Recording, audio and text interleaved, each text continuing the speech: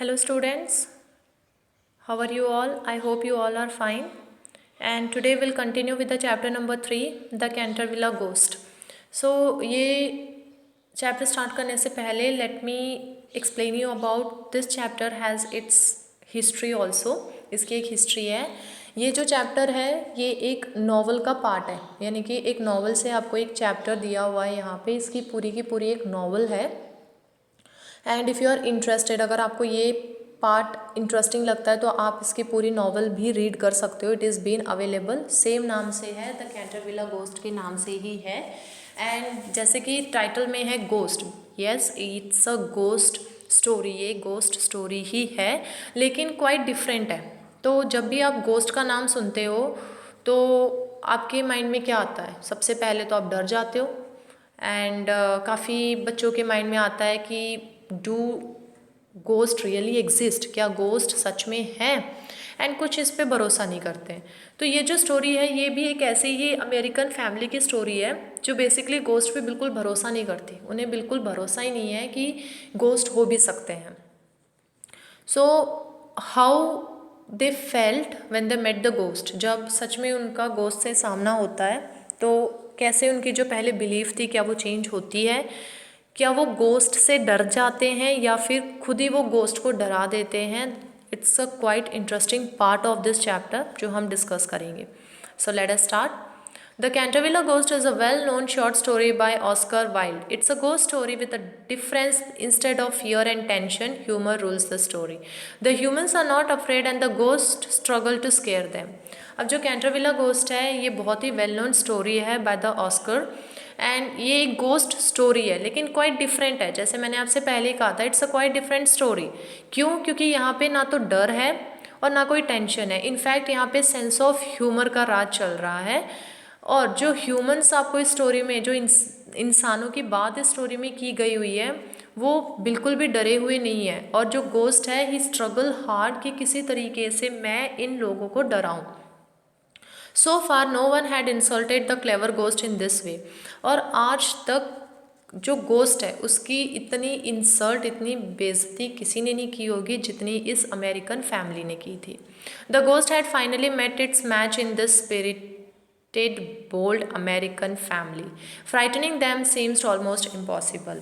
और आज जो गोस्ट है उसका सामना जितना बोल्ड यानी कि नीडर ये गोस्ट है उसका सामना एक वैसी ही फैमिली, अमेरिकन फैमिली से होता है जिन्हें डराना एकदम इम्पॉसिबल है. सो सबसे पहले हम कैरेक्टर देख लेते हैं कि इस चैप्टर में कौन कौन से कैरेक्टर्स हैं. सबसे पहले है Lord Canterville. Lord Canterville landlord है मैंशन का, कैंटरविले केस का, जो कैंटरविला को बेचना चाहता है अभी.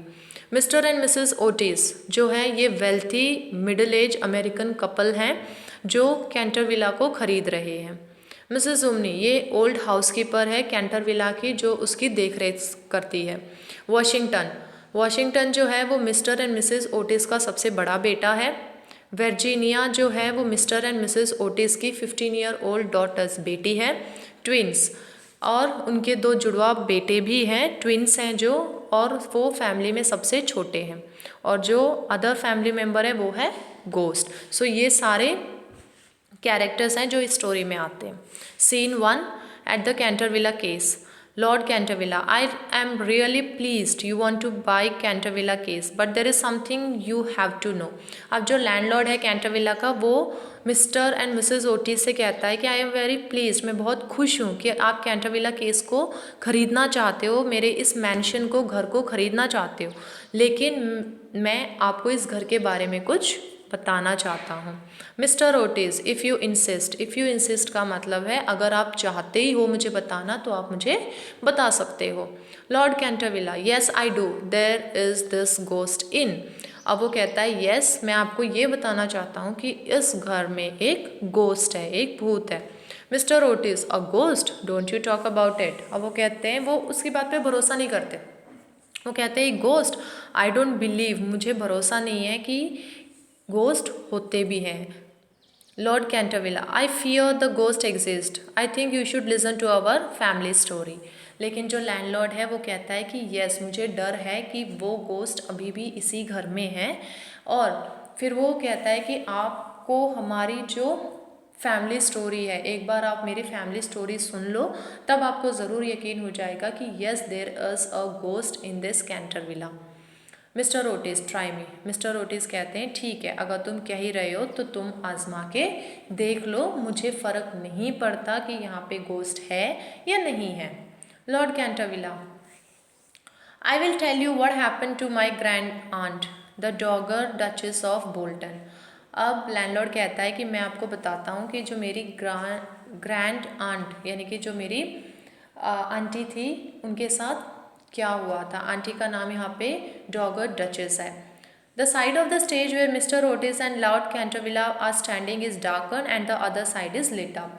अब जब भी आपने कभी भी मूवीज़ देखी होगी तो कैसे मूवीज़ बताते टाइम फ्लैशबैक में जाते हैं, जब भी कोई आपको फ्लैशबैक की स्टोरी बता रहा होता है सो किस तरीके से वो फ्लैशबैक में जाते हैं, यहाँ पे भी वैसे ही है। लेकिन ये एक स्टेज परफॉर्मेंस हो रही थी, तो जिस तरफ mister Otis and landlord way standing वो एरिया डार्क हो जाता है, अंधेरा हो जाता है, और दूसरी तरफ का एरिया जो है वहाँ पे लाइट्स ऑन हो जाती हैं। Sounds of women screaming are heard, और वहाँ से शुरुआत होती है कि उन्हें किसी वुमेन की चिल्लाने की आवाज़ें आ रही थी। The butler and the housekeeper let the duchess to a chair and gave her a drink of water. She sits down terrified. अब जो बटलर है, बटलर बेसिकली ये एक मेल सर्वेंट होता है घर का, जो बाकी के अदर सर्वेंट्स की रिस्पॉन्सिबिलिटी उठाता है ताकि वो सारा अच्छा काम ठीक ठाक से करे। अब जो बटलर एंड जो हाउस कीपर थी वो डचेस की आवाज़ सुन के आती है वहाँ पर, उनको चेयर पे बिठाया, उन्हें पानी पिलाया, और जो डचेस थी वो बहुत ही टेरिफाइड यानी कि डरी हुई लग रही थी। Duchess, please don't leave me alone here, take me away from here, screams, get away from me, don't touch me. अब जो डचेस हैं वो अपने सर्वेंट से कहती हैं कि मुझे यहाँ पे अकेला मत छोड़ो, मुझे यहाँ से लेके चलो। इतना कहते ही वो दोबारा से स्क्रीम चिल्लाती हैं और किसी से कह रही होती हैं कि गेट अवे, यहाँ से चले जाओ, डोंट टच मी, मुझे छुओ मत। The housekeeper, my lady calm down, there is nobody here, look around you.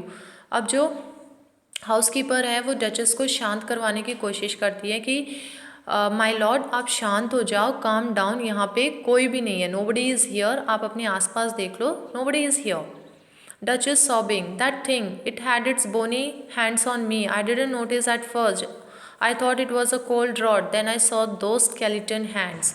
अब जो डचेस हैं वो रोते हुए कहती हैं कि वो चीज़ जिसने पहले अपनी बोनी, बोनी का मतलब है सिर्फ और सिर्फ हड्डियाँ थी, there was no mass at all. अब वो कहती हैं कि उन बोनी हैंड्स ने मुझे टच किया था, लेकिन सबसे पहले मैंने उसे की तरफ ध्यान ही नहीं दिया, मुझे ये लगा it was a cold rod. Cold rod का मतलब है शायद कोई ठंडी हवा आई होगी, कोई तेज़ तूफान होगा, पहले मैंने ध्यान नहीं दिया, लेकिन जब उसके स्केलेटन हाथों ने मुझे टच किया तब मुझे फील हुआ कि यहाँ पे और भी कोई है। The Duchess screams again and faint. The side where Mr. Otis and Lord Cantervilla are standing is lit up. अब जो डचेस हैं वो इतनी बात बताकर फिर से ज़ोर से स्क्रीम चिल्लाती हैं एंड देन शी फेंट्स, फिर वो बेहोश हो जाती हैं। एंड साइड वे जहाँ पे mister Otis and Lord Canterville they were standing, अब वो एरिया लाइट अप हो जाता है। अब जो लॉर्ड कैंटरविला है, my grand aunt was so frighten that she never recovered from the shock. Lord Canterville ये कहते हैं कि जो मेरी ग्रैंड आंटी थी वो इतनी फ्राइटन, इतनी डर गई थी कि उसके बाद शी नेवर रिकवर्ड, फिर वो कभी इस शॉक से उभर ही नहीं पाई। Mister Otis, and you want me to believe this? And Mister Otis ये कहते हैं और कहते हैं कि ये जो स्टोरी है बेसिकली तुमने सुनाई है, क्या तुम ये चाहते हो मैं तुम्हारी इस स्टोरी पे भरोसा करूं? Lord Cantervilla, Mr. Otis, the ghost has been seen by several members of my family. After the unfortunate accident to the Duchess, none of our younger staff would stay with us. अब जो landlord है वो कहता है Mister Otis, ऐसा नहीं है कि मेरी सिर्फ ग्रैंड आंटी ने ही ये गोस्ट देखा है, उनके अलावा भी हमारे जो फैमिली के मेंबर्स थे उन लोगों ने इस गोस्ट को फील किया, महसूस किया हुआ है, देखा हुआ है।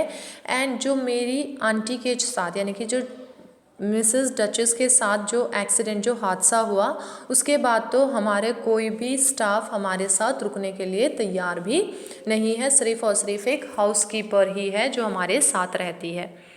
Mister Otis, well we come from a modern country, we do what we want, we have money and everything that money can buy. अब मिस्टर ओटिस कहते हैं वेल हम एक मॉडर्न कंट्री से आए हैं एंड जो हमें अच्छा लगता है हम वही करते हैं। क्यों? क्योंकि हमारे पास पैसे हैं and everything that can buy with money, और इस दुनिया में ऐसी कोई भी चीज़ नहीं है जो पैसे से खरीदी ना जा सकती हो। तो हमें कोई फ़र्क नहीं पड़ता है और ना हम इस बात पे बिलीव करते हैं कि कोई गोस्ट जो है वो ऐसी चीज़ें हो भी सकती हैं। सो मिस्टर ओटिस जो हैं वो लैंडलॉर्ड की बात पे बिल्कुल भरोसा नहीं करते कि इस घर में गोस्ट है, लेकिन जो लैंडलॉर्ड है वो फिर भी घर बेचने से पहले मिस्टर ओटिस को सारी बातें क्लियर कर देता है कि उनके घर में एक गोस्ट है जो काफ़ी सालों से यहीं पे रह रहा है और उनके फैमिली के अलग अलग लोगों ने उसे फील भी किया हुआ है। So the rest will discuss in the next class कि क्या सच में गोस्ट था, अगर गोस्ट था तो मिस्टर ओटिस की फैमिली क्या उससे डर गई थी, इफ़ नॉट अगर वो नहीं डरी तो उस गोस्ट का क्या हुआ। Thank you.